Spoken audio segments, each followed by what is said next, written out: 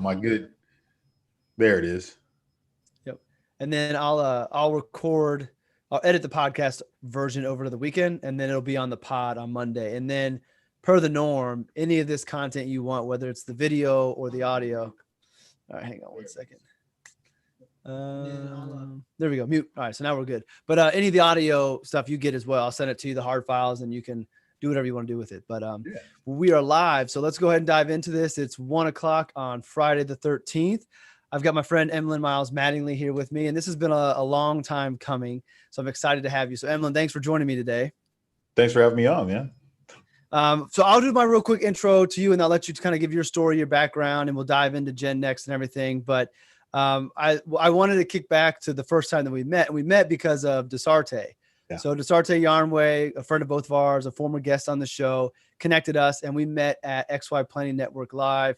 I can't remember what year it was, but I remember two things from that. Mm-hmm. I remember bumping into Jason Howell, going to dinner with him, and I was actually heading back to my room just to be a hermit, and we had dinner. It was a great dinner, a great conversation, and kind of moving me in the direction I was going. And then I remember the closing party, planning on going to it for like 20 minutes just to be there and spending the entire night standing next to you talking. We shut the whole thing down and didn't move from our little spot and just talked the whole time. So, and then you were in the original Meeting of the Minds video we did at Dana Point a couple years ago, which seems like so far ago, but that was a pretty cool video as well. So I've known you for a little while. And on top of that, just kind of follow the firm that you're building. Obviously in the background, we can see the brands that you are developing and building as well, and a big fan. So I'm glad to have you here and kind of share your expertise. So that's my background of knowing Emlen and kind of how we got connected. Emlen, real quick, tell everybody kind of more about your story, how you got to start Gen Next, and then we'll kind of dive into the rest of the agenda.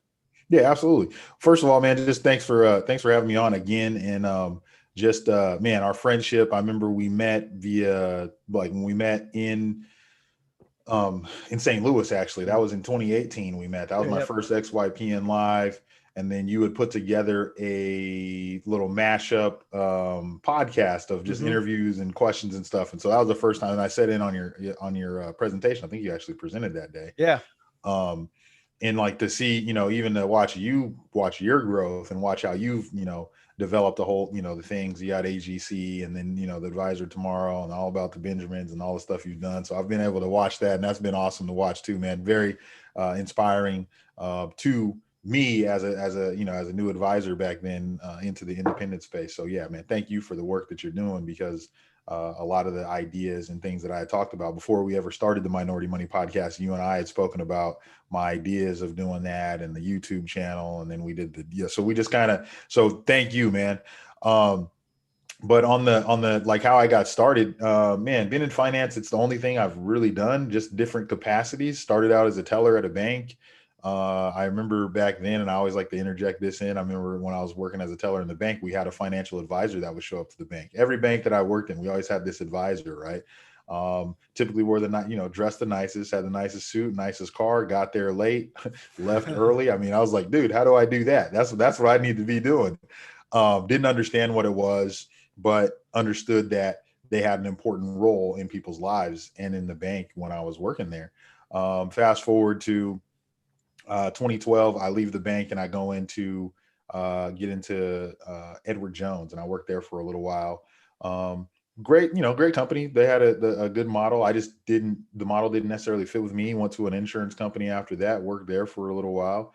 And all the while, the things I picked up from the bank and from Jones and from the insurance company I worked at, I picked up, the way that I wanted to do business, and I was able to develop that. And so, eventually going and starting up my own firm in 2017, we started Gen Next Wealth. And I know we want to talk a little bit about the name and a little bit of other stuff, but yeah, so been in finance for 20 years. It sounds crazy to say that, but yeah, it's been since almost 20 years actually, but been an advisor for about 8, and it's been fun. Well, one of the parts of your story that I really like, I love that's your story, because I think that's the story that a lot of advisors go through. And a lot of the listeners are younger advisors trying to figure out their path. And I think it's encouraging for those watching or listening to realize that where you are today may not be where you end up down in the future. And the key thing that I think you took away from your experiences, and it's the same thing I took away as well, is through those different stops along the way, you learned the type of advisor that you wanted to be. You learned how you wanted to work with clients, which is ultimately what led to you starting your own firm. And, I think that's the same story as me. So I think that a lot of times, because it's easier to start our own firms today with groups like XY, I think that sometimes people want to jump into it too early, but it's not necessarily the worst thing in the world to make a couple stops along the way that maybe aren't the ideal place for you to be long-term, but the great learning experiences. And one of the things I say about the last firm I worked at, I learned a lot about like income planning for retirees, but I also learned the type of advisor that I didn't want to be. And that's not a negative on that advisor, but I just didn't want to, I didn't want to be the type of advisor that she was. There's a different way I wanted to do that. And that learning experience was almost more valuable than learning how to do income planning. So, there's the trust the process saying out there. If you're younger and you're wanting to get to having your own Gen Next wealth, don't speed into it. And it's okay to take your time learning along the way if that's what you're supposed to be doing. So I think that's a great message for people to hear.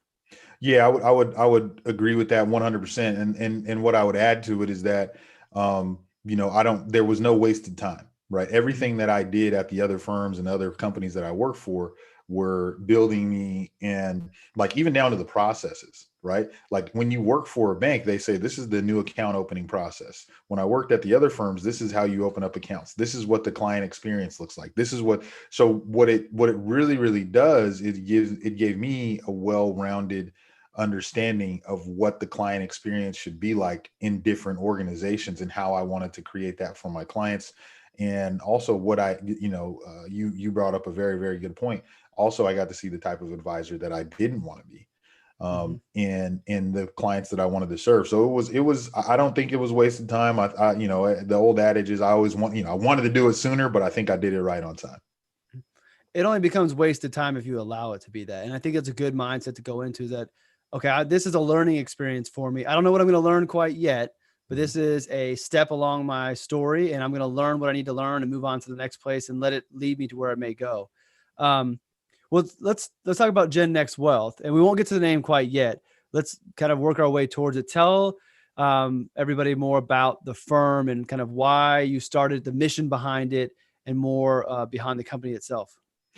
So basically, when we started Gen Next Wealth in 2017, it was I started to look at my business, right? And so I was planning on my exit from the company that I was at, and I was looking at, what do I want to name my company? And I'm not going to get into the name yet, but I was just looking at the makeup of my clients. What kind of questions are they asking me? What's the common theme with the clients? And so when I was looking at that, one thing I noticed that most of my clients, or a large portion of my clients, were minorities. And I really didn't, think about it. I just kind of, whatever. It just is what it is.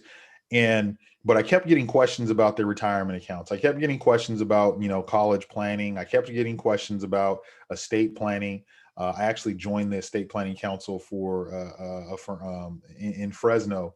And through all of that, I kept getting these common, threads. Like people were, it was one thing to sell them an insurance policy or sell them an annuity back when I was doing that, or give them a product, but I wasn't really giving them the solutions that they needed. And so they continued to ask questions, and I found myself selling someone a product and then still having to continue to conversate with them about issues that they were having with their personal finance. And so, what began to happen was it was taking up a lot of my time. And I was like, well, how do I change this? And so then when we started Gen Next Wealth, originally I was doing, when we first started, I was still selling insurance. But the insurance process was so time consuming that I couldn't spend time on the other issues that were more important to them, following up with the paramed, making sure they did that, making sure they, paid their first premium, make sure they didn't, just all kinds of little things that were taken away from real things that were really keeping them up at night. And what happened was I began to, get into the personality and the relationship with their money, and why, I had people that actually had money. I know there's some, I want to say this because there always seems to be like this, not from you or anything like that, but just from just the industry, or from people in general, like the minority clients don't have assets. This wasn't the case. I had clients that had, we had decent assets from these clients.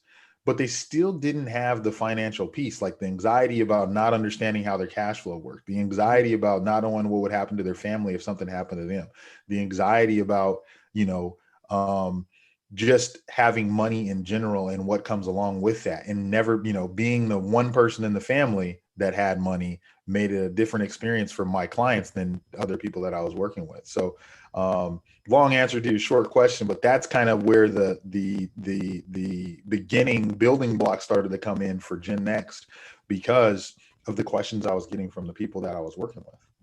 So the title of this episode is about building your practice for your ideal client. Mhm. Kind of who is your ideal client, and how did you come to that being? I mean, we can call it maybe a niche. I don't know if you refer to it as a niche versus, I mean, I think it's more broad than our traditional sense of a niche. It's not doctors, lawyers, or certain age, Yeah. but you know, who is your ideal client, and what did you go about intentionally doing within your firm to kind of attract them and help them? Yeah. So my ideal clients typically going to be minorities. So when I looked at that, and this is, I'll say this is I don't know if it's a disclaimer or not, but typically it's families. Okay. So I have a lot of families that I work with. So when I look at my niche, I started there. Now, if I peel back the layers on that niche a little bit more, most of my clients are going to be minority families. And when I say a minority family, it's going to be mom and dad, kids, grandkids. I'm working my way through the entire family. And so, when I first had my website, and you know, you could look at my website and had, you know, me as the superhero picture on the front of it. It couldn't really tell you who I worked with or anything like that. But when we went through the rebranding, I wanted to make sure that people understood that working with families is what we do. And so everything on my website is going to be around families. And that's our primary client. Now, what's happening is when we started to work with families, undoubtedly we get referred into people that may not have families, because that happens too. So we do have like a barbell. I've heard you say this before. So we have our retiree clients that we work with, right? That are, you know, asset heavy, don't really need too much planning, maybe some estate planning. But then we also have our, you know, on the other side, I have my younger millennial clients that we're working with, maybe young professionals that are making good money. Maybe they have young families. So so I would say that I guess my target is minorities, but making that abundantly clear on the website. Like, there was nothing out there that I had seen that said, this is who we work with, and it was this group of people.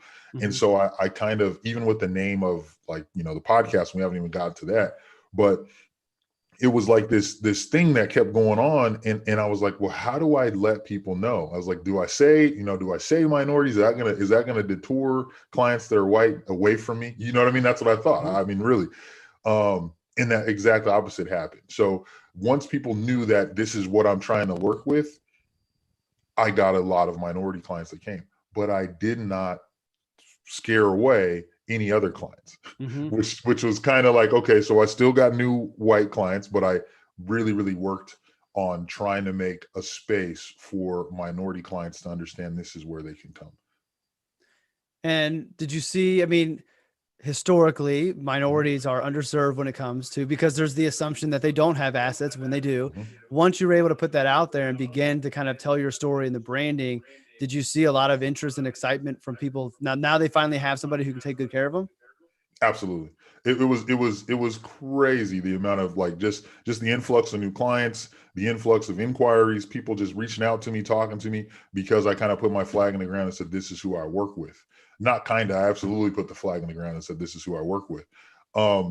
And then the crazy part started happening, right? These are younger millennials, younger professionals that had accumulated assets that just didn't know how to invest them. And so, no, you know, it's not uncommon for me to have, you know, a client under 40 years old that has $500,000 of investable assets, which in this demographic, people would say, oh, and I'm not saying like equity comp that they can't get a hold of. I mean, this is money that they've saved. So they've had the saving habits and just not been able to, you know, didn't really know what to do, just needed a little bit of direction. And that to me was even eye-opening for myself, right? I was like, oh, wow, there is a, you know, this is not just financial planning. We're actually going to be able to manage assets for groups of minorities. And it was a pleasant surprise even to myself.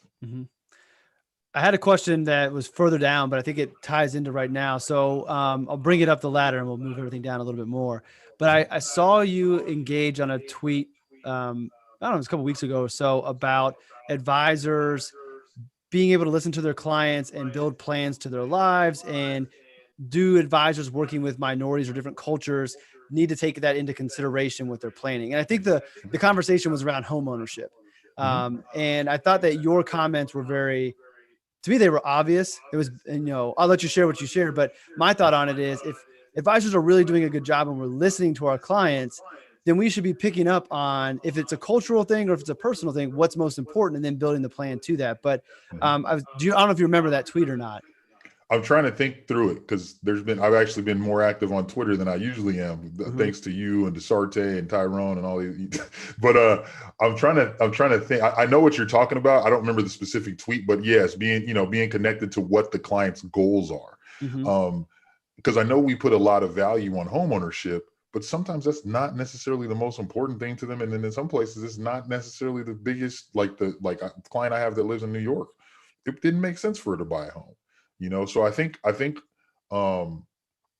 we have to be careful with rules of thumb, right? Because it's easy just to take these broad stroking things and say, this is what you should be doing by this age. You should have this, and buying a home is going to be the best thing for you. I think when we do that, it really speaks to a disconnect that we may have with our clients and not even listening to what, I mean, we hear it all the time, right? Listen to understand, not just listen to speak. But I think it's, what I found is this, and this is, I don't know if this is going to totally answer the question, but what I found is this: clients do a good job, or potential clients do a good job of telling us what they think we want to hear. And I'll say it again, they tell us what they think we want to hear. And when we take ourselves and say, okay, let's remove me from this. I'm not the hero for you. You're going to save yourself. I'm just the guide, right? We're going to work on this together. And when I do that, clients are looking at me like, well, I don't even know what you want to, like, what do I do? Like, what do you mean? What do you, like, they haven't even thought about anything outside of, retirement. They haven't thought about, maybe they've thought about looking at what they can do for their kids if they have kids. But the number one thing that people are telling me about is retirement and home ownership. And I'm like, well, what about, your day-to-day stuff? How do you care about owning a home? Well, not really. It's not something that I really think about. Okay, so then why are we even having that in the plan? Like, and just taking the time to just let them, like, I just think about what's important to you. And those conversations have been the most insightful for me and impactful for my clients. Just listening. And that's like what you just described is what I think, well, I know is going to be the future of our profession. And it's why this might be a bold, like this might be overconfident, but that's why we're always going to have a job, because there's a human element to what it is that we do, that we're able, over time, you develop the soft skills. Some of us it's easier for, some of it's not, but to identify that, okay, they're not telling me the whole truth. They're not really opening up. They've got some guard up, and it's on me, the advisor, to listen, give them more space to get this out there so we can really build the plan. So that's why I love the life planning movement. But I also think that human element can't be replaced with technology. Technology can do all the numbers, but it's not going to get somebody to open up about what they really want and help them facilitate that conversation. Exactly. And the thing is, like, you just think about how you come into the industry as an advisor, right? You get in and we place so much value on, you got to get a designation. You need to learn this. You got to do this. And now you spend all this time studying, preparing yourself. And now you have the designation, you have the industry experience. And now I'm just waiting to vomit this information that I've learned on someone, because they just need to know everything that I know in this conversation right now. Like, you need to have this retirement number, you need to have this, and this is how this works, and we're going to pull this lever. And you haven't even asked the client like anything about what's going on with them, personally, and what's important to them. And if we don't do that, the client will tell us, like I said before, what they think is important to us. And it's such a tough thing. I know Scott Frank does a great job of this.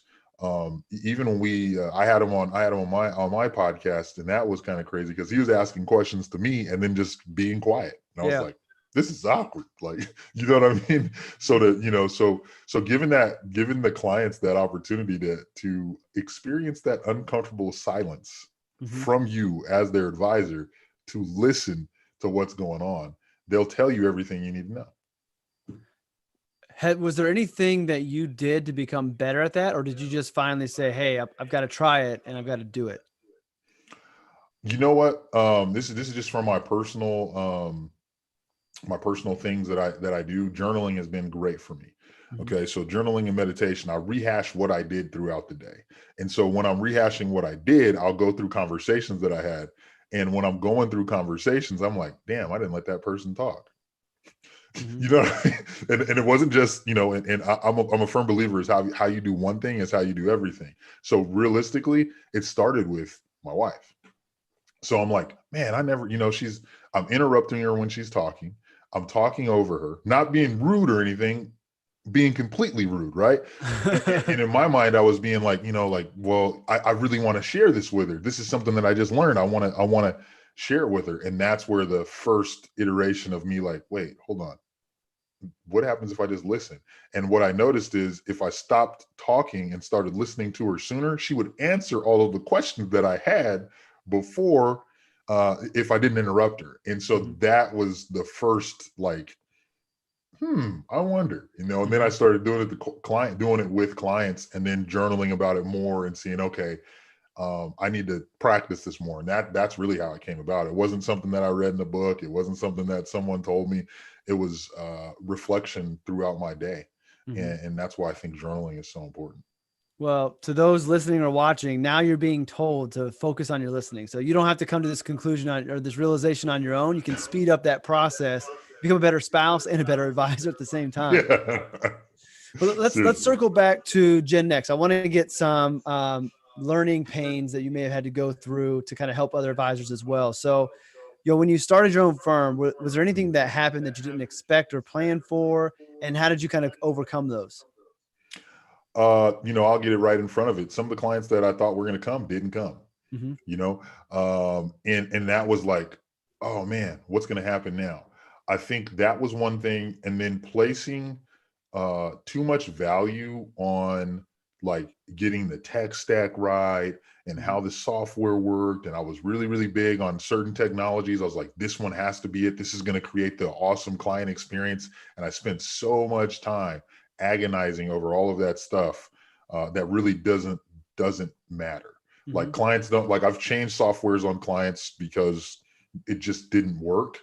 And they're like, okay, that's fine. Let's move forward. You know what I mean? So I think like just my perception of the importance of the software in the client's eyes, clients don't care if you're using eMoney, Right Capital, Money Guide, Crow. They do not care.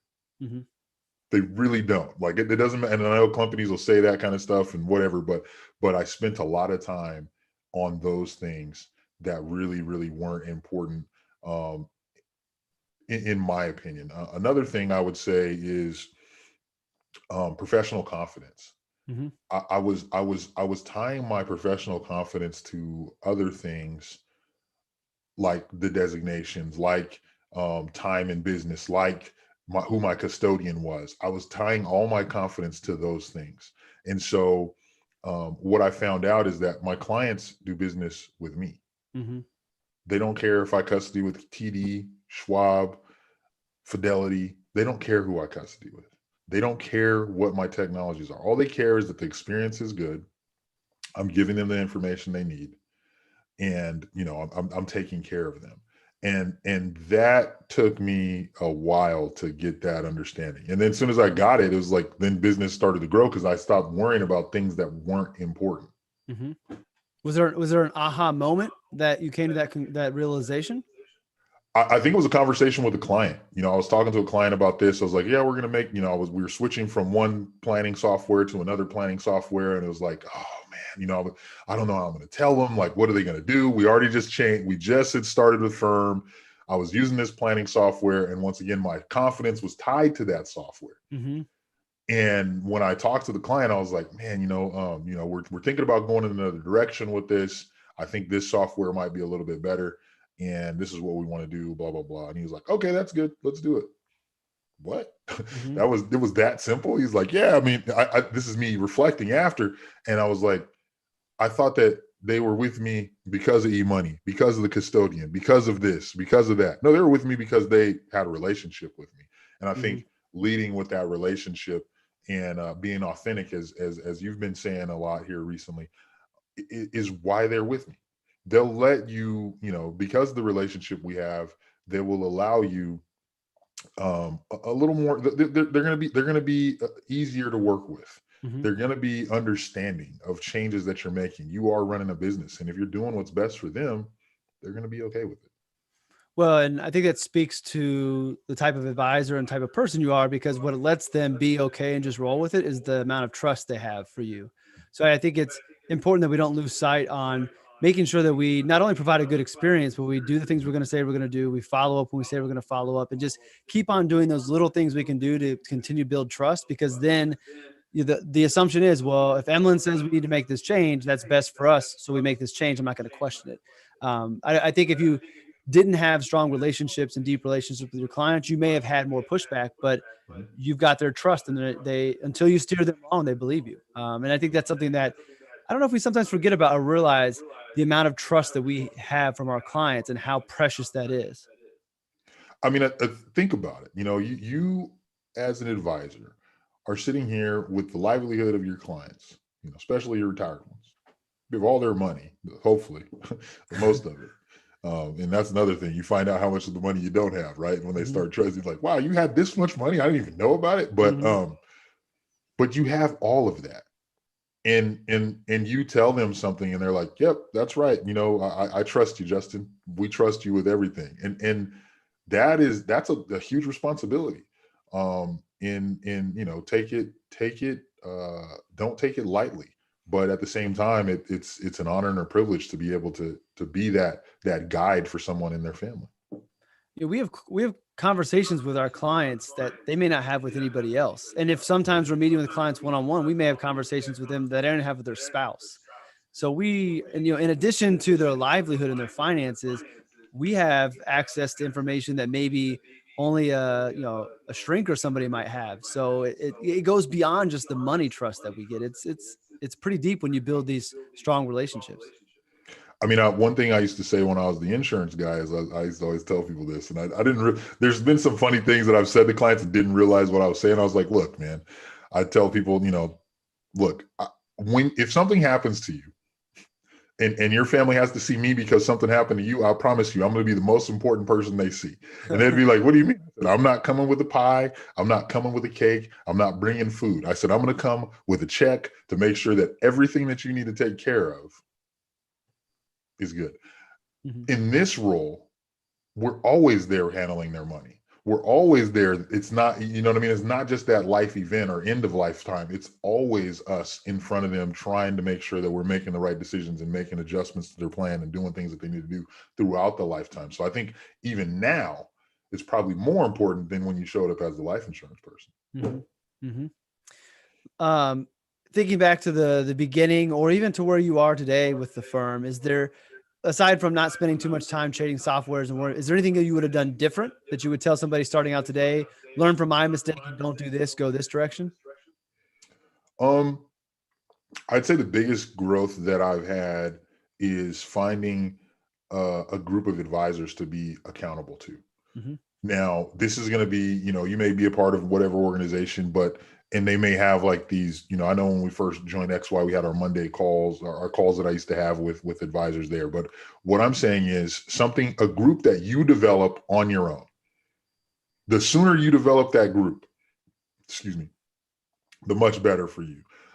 Because iron sharpens iron, we know that, but I'm the 30-minute calls that I have with some of the groups of guys that I get with, or advisors that I get with, have been the most impactful in my business. And the sooner I started having them, the sooner you can start having them, the better.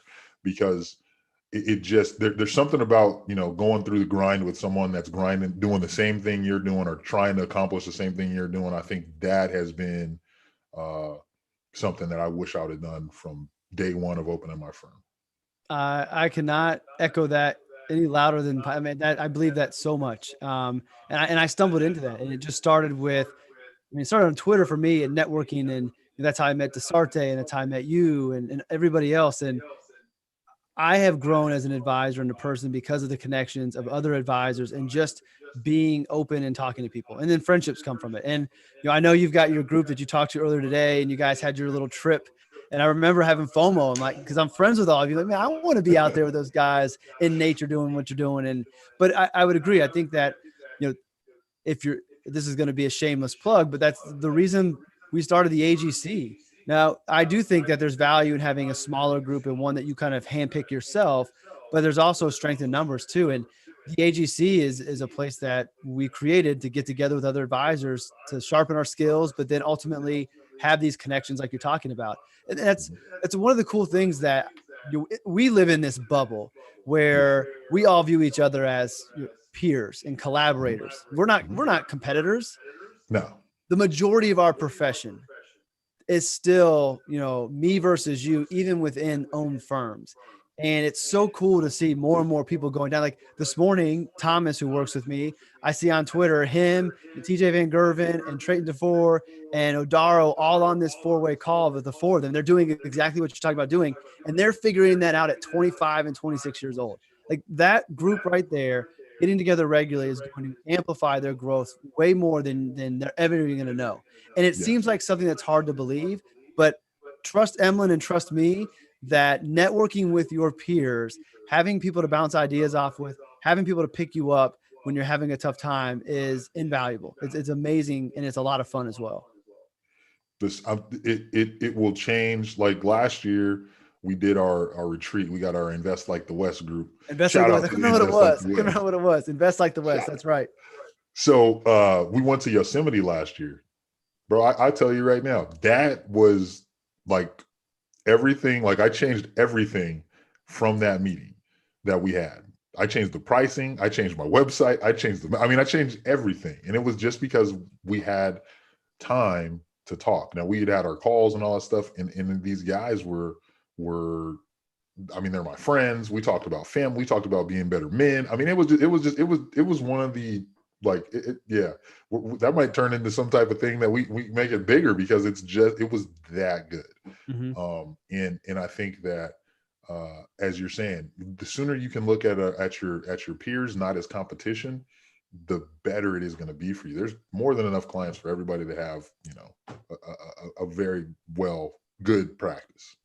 My final thought on this is if we think about prospective clients looking at our profession through their lens, how much more inviting would it be to work with a financial advisor when you see advisors working as a team, even though they don't work together, versus advisors bad-mouthing each other, trying to make themselves look better by talking negatively about their competition?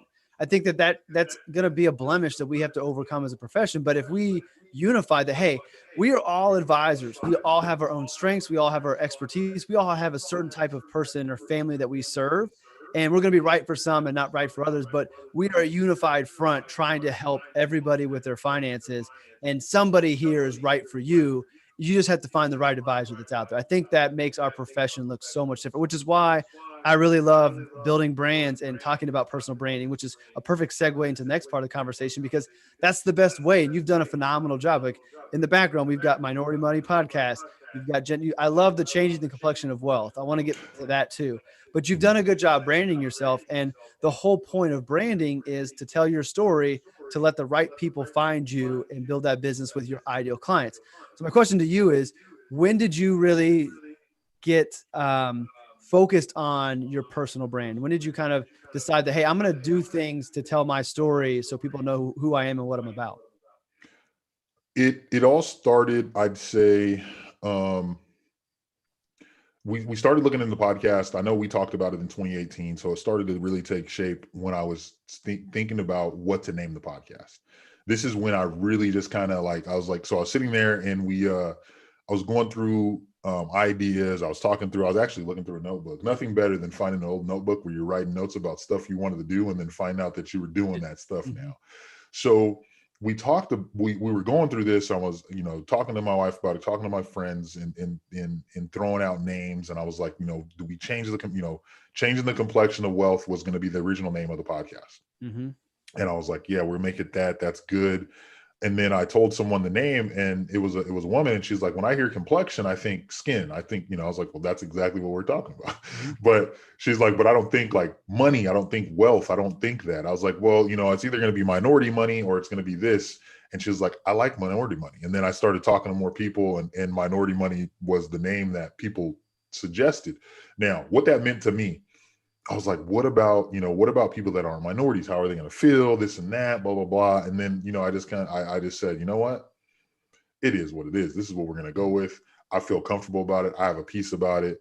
My friends that are close to me are supporting this, and my family's good with it. Minority money it is. Mm-hmm. And as soon as I did that, life changed, because now, it's like, okay, so now we made the tagline changing the complexion of wealth. Mm-hmm. And that's what we wanted to do with Gen Next Wealth.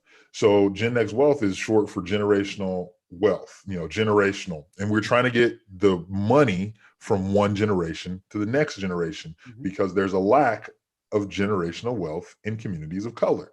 So that's where it all started to happen. And then next thing you know, I'm starting to say, change the complexion of wealth, and my clients are hearing it and people are hearing it. And then, the podcast started to grow a little bit, and everything that we are trying to do is really trying to change that complexion of wealth for people of color.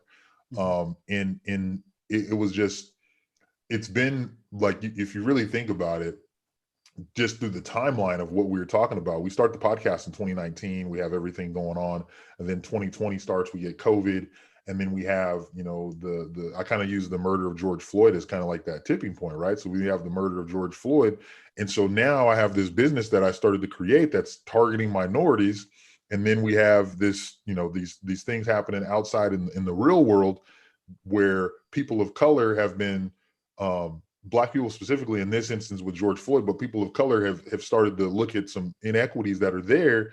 And so now I'm positioned, like, this happened like a long time ago, but now I'm sitting here and I have this podcast named Minority Money, and we're changing the complexion of wealth, and we have this, and all this stuff starts falling into place, and it's been a tremendous journey just to be able to sit here and see the support that we've gotten, from our peers, from our friends, and really being able to have a platform to talk about issues like this. So, I mean, I think it's been a tremendous ride. I think this is only the beginning. It's only going to get better. And yeah, man, I mean, that's the branding part.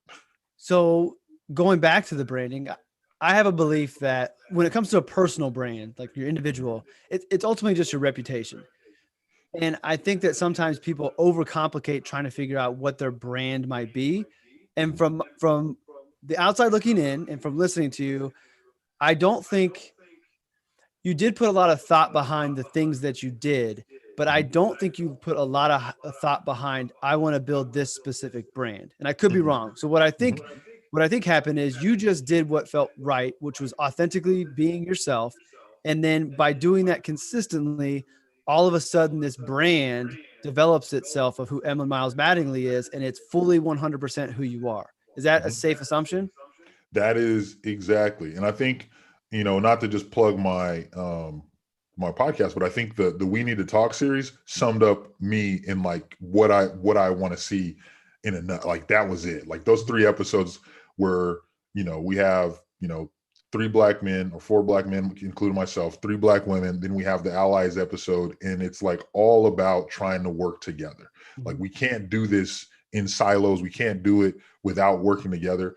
And to be able to, just be authentic and be real with friends and stuff, and it is the real brand. I mean, it's kind of crazy. Like I never really looked at it as brand. You got the books, Building Your Story brand, you got all, the Gary Vee stuff, all that.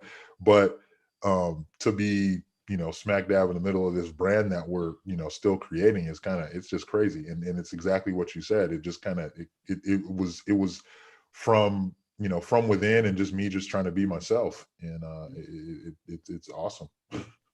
Well, and the reason I wanted to highlight that is, I talk to a lot of advisors when branding comes up and content comes up, and I just want people to realize that you don't have to put a lot of stress on yourself to build a brand. Just put the stress on yourself to be yourself, and then tell your story, and then just let the brand naturally evolve. And then once you find, like, one day you're going to step back and you're going to realize, oh, Like, this is what I'm known for. These are my strengths. This is really me. And then it's time to double down.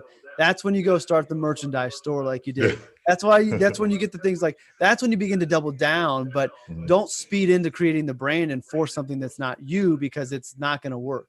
People will pick up that you're putting on a front, or it's not authentic. And when you build a brand that's truly you, the easy thing is that brand lives all the time. So if someone is going to bump into you in the street, it's going to be the same person they're seeing today on this podcast, the same person they saw in the store or at the office. So like, you are you always. When doing that, it attracts people who like that. Like, it's well known that you drive a motorcycle and you took a cross country trip.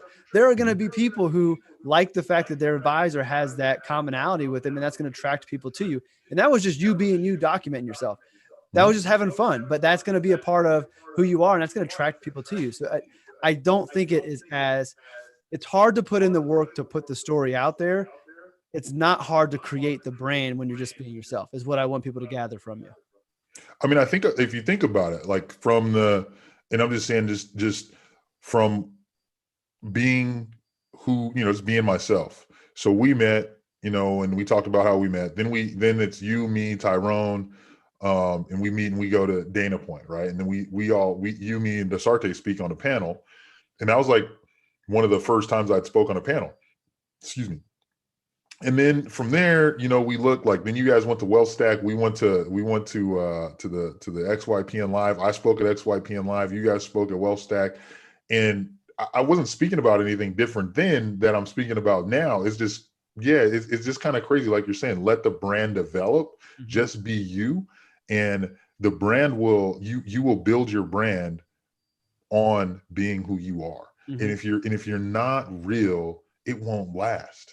Like, it just won't last. When you go back and I think one of the best things for someone to look at for themselves to see what kind of brand they're building is go back and look at your old content. Go back and look at your old notes. Go back and look at your old journaling, whatever it is, the ideas you had, and say, okay, that was a year ago. Look, just 12 months, go 3 months ago. Look back and see if the things you were saying then, are you still saying them now? Do they mean more to you now? Because they should. If it's really who you are, it's only going to grow inside of you as you begin to nurture who you are. Definitely. I mean, the more you talk about what it is that you believe in, you stand for, the more confirmation bias you drive in yourself. So you're exactly right. It becomes easier to tell those stories because you believe it more and more because you're saying it all the time. No, I think that's great. So, at some point, my last question on the branding side before we start to kind of wrap things up, you've got to get to a comfort level where you can kind of put your guard down. For so long as advisors, we've had an image to uphold. Not that you should fully not be yourself, but don't let yourself come through. Sometimes it's scary. It's not the easiest thing to hop on a YouTube live and not know what you're going to talk about. And here we are today, and you're doing it. It's scary to hit submit when you record your first podcast. How were you able to let your guard down? And is there any advice that you would provide to people listening that are afraid to hit publish to help them get over that first little hump? Absolutely. Just do it, man. I know it sounds cliche. It sounds like, we're just taking that straight from Nike, but let me tell you like this about content for myself.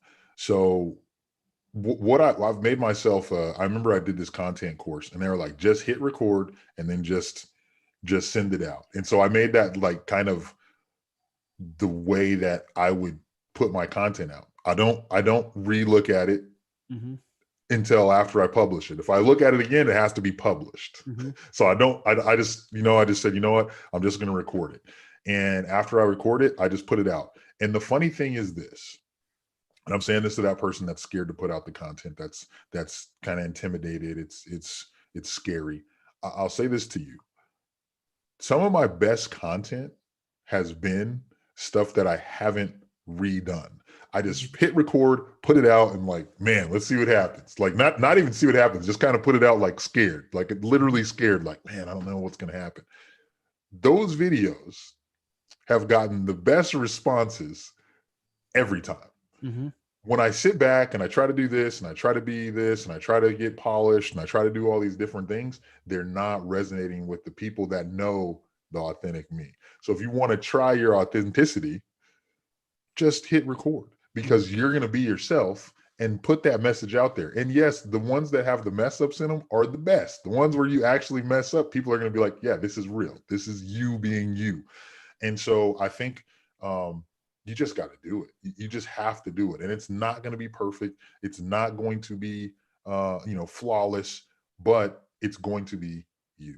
And it's going to be your message. And it's going to be reaching the people that connect with you. So just do it. And that's it. It's funny you share that your best videos were the ones that had mess ups in them. So I was on a panel this week for the Disruptor Conference, and Samantha Russell shared the exact same thing. So you and I are advisors that have kind of figured out how to market things. Samantha is a marketing savant. So like she's the best. And she even said that for her 20 over 10 videos, some of the best ones were the ones where she would mess up. And to your point, it's authentic, but it also lets people see that we're humans. We're not robots. And I also think that there's something to be said that for a lot of people, when they make a mistake, they get flustered. But if you can make a mistake and then just roll with it, it kind of shows that you're calm under pressure and you're kind of cool that, okay, this person can navigate making a mistake and not miss a beat. They're probably okay in the moment. So I think there's a little bit of a confidence boost for people in us when they see us be able to handle a mistake and keep going and not get flustered. And I also think that, like you mentioned being polished, and there's little things in our faces and animations that come out that when you're in the moment and you're just flowing, that are naturally you. But even if you're real good at memorization and you're still thinking through something you want to say, like you don't hit quite the inflections in your voice, or your face doesn't light up as much as it normally does because you're a little bit distracted trying to hit those words. Like all of my videos, I one take and I'm done. And I've been working on a video series that is actually not really scripted, but there's things I need to hit. And it has been a struggle for me. I have so many videos I stopped on my SIM card because I'm trying to hit these things. I'm trying to be myself, but also not miss anything. And it's hard for me. So I'm with you. Hit record, keep the mistakes in there. As long as it's not a mistake that's going to give somebody misinformation. But if you cough, if you sneeze, your phone goes off, keep that stuff in there, make a little joke about it, and then just keep going forward.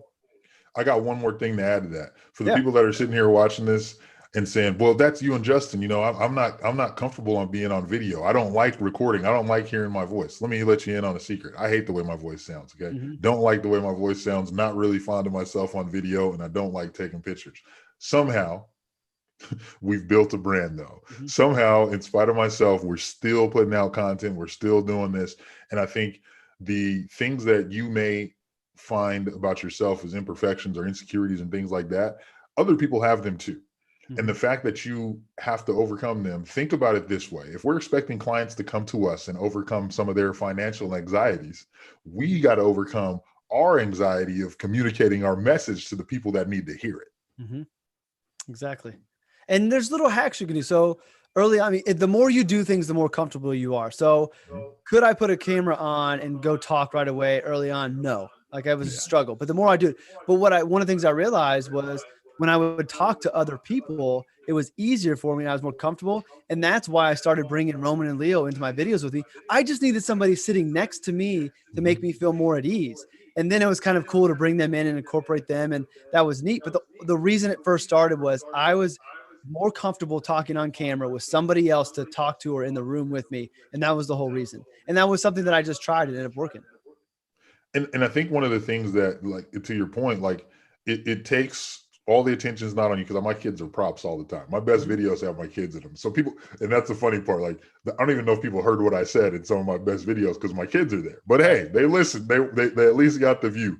But I think that, those are important things. If you're a family person and that's the way you want to portray yourself on your videos, then put your kids in there. Bring the spouse in there. Do that, because people like to see that. People like to see you be a real person.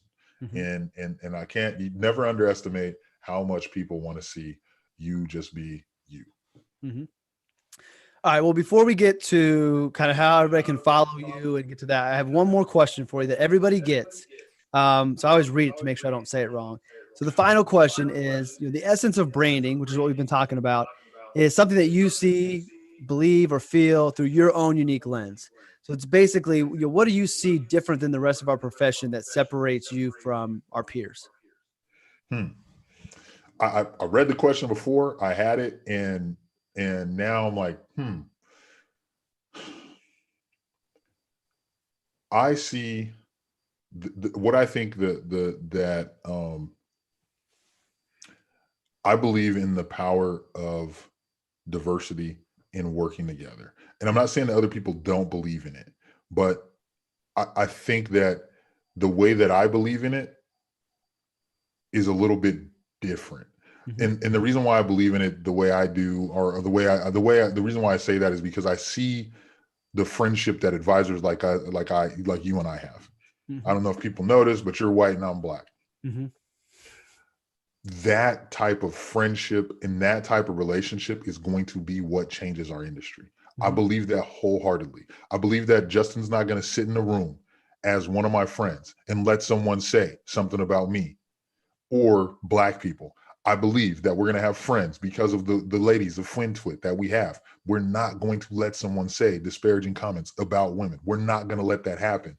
And the reason why I feel so passionately about that is because the friendship and the bond that we've been able to create over these times and these little groups that we have, and then hearing stories from people that have had experiences that weren't that good. To hear how, to hear people of color, how they've been treated, to hear how women have been treated, to hear how different individuals have been treated, and believing that the future of financial planning is with people like you and myself that are going to stand for what we believe in.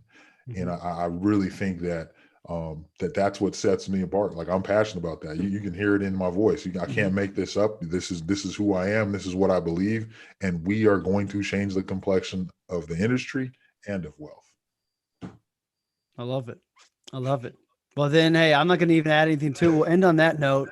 So I know that you've got some things we won't talk about. I just want to tease. I know you got some stuff in the background you're working on. Yeah. So if people want to see when those things come out, where can they follow you?